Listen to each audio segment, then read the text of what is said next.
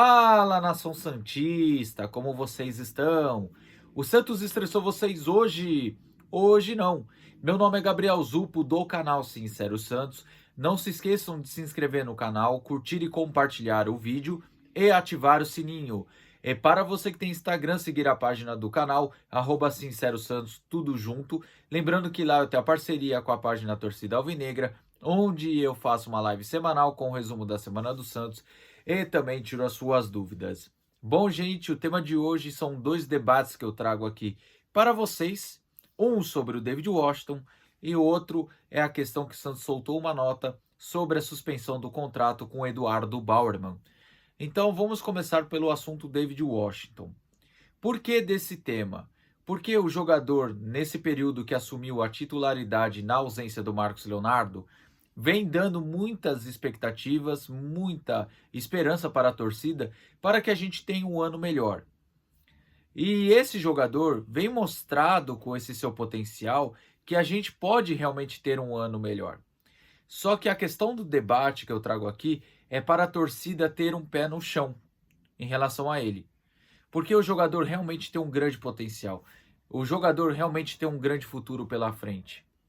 Só que quando eu fiz o vídeo falando sobre a possível saída do Marcos Leonardo para Roma, eu falei, tem dois jogadores que podem suprir essa carência na ausência do Marcos Leonardo, que era o Bruno Mezenga, recém-contratado do Água Santa, só que infelizmente não teve minutagem ainda para a gente ver se vai corresponder com a camisa do Santos ou não, e o David Washington.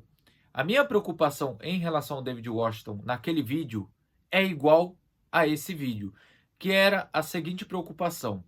O garoto tem um grande potencial, como eu falei, mas tem apenas 17 anos.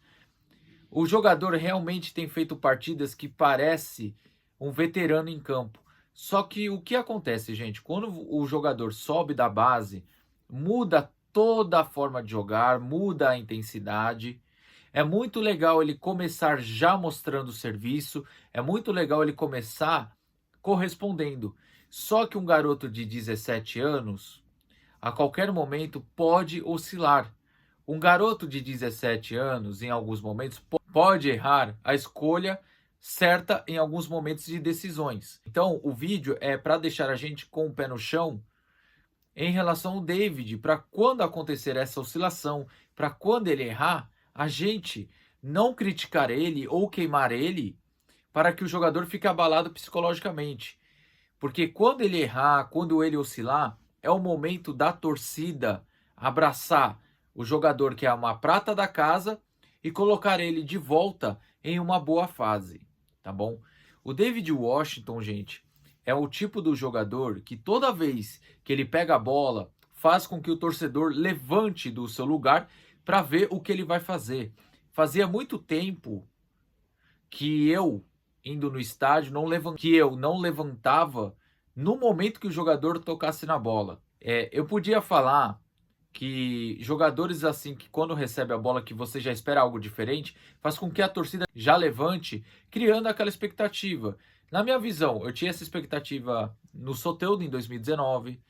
Antes do Soteldo, eu só tinha essa expectativa quando alguém acionava o Ricardo Oliveira em 2016 e 2017. Então fazia muito tempo que a torcida santista não tinha um jogador desse tipo, que quando pegasse na bola, a gente já levantava esperando uma chance de gol. E o David Washington trouxe isso de volta para o Santos. David Washington trouxe isso de volta para a torcida. O jogo contra o Bahia, o que ele fez foi espetacular.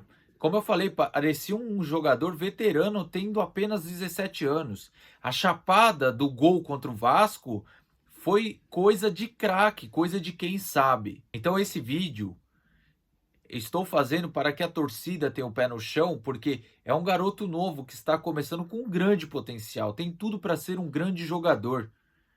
Mas ao mesmo tempo, eu sei que a partir do momento que ele der uma oscilada, a partir do momento que ele perder um gol, errar um passe crucial, eu sei que muitos vão cornetar ele e começar a chamar ele de bagre. E não vai ser isso, gente. Uma parte da torcida do Santos tem que parar com esse costume de queimar pratas da casa. É que nem, eu acho que o Ângelo e o próprio Marcos Leonardo têm um grande potencial, só que eles também são jogadores novos que oscilam. O Ângelo só foi ter uma sequência de titular em 2022. Lembrando que a estreia dele foi em 2020 com 15 anos, queimando várias etapas. O Ângelo tem que aproveitar essa oportunidade da ausência do Marcos Leonardo, do Soteldo, e junto com o David, assumir esse protagonismo. Assim como foi no jogo contra o Bahia, o que ele jogou de bola foi sacanagem. Prova que o jogador tem potencial, ok? Só que assim, às vezes as críticas estão pesando em cima dele e ele não consegue desenvolver.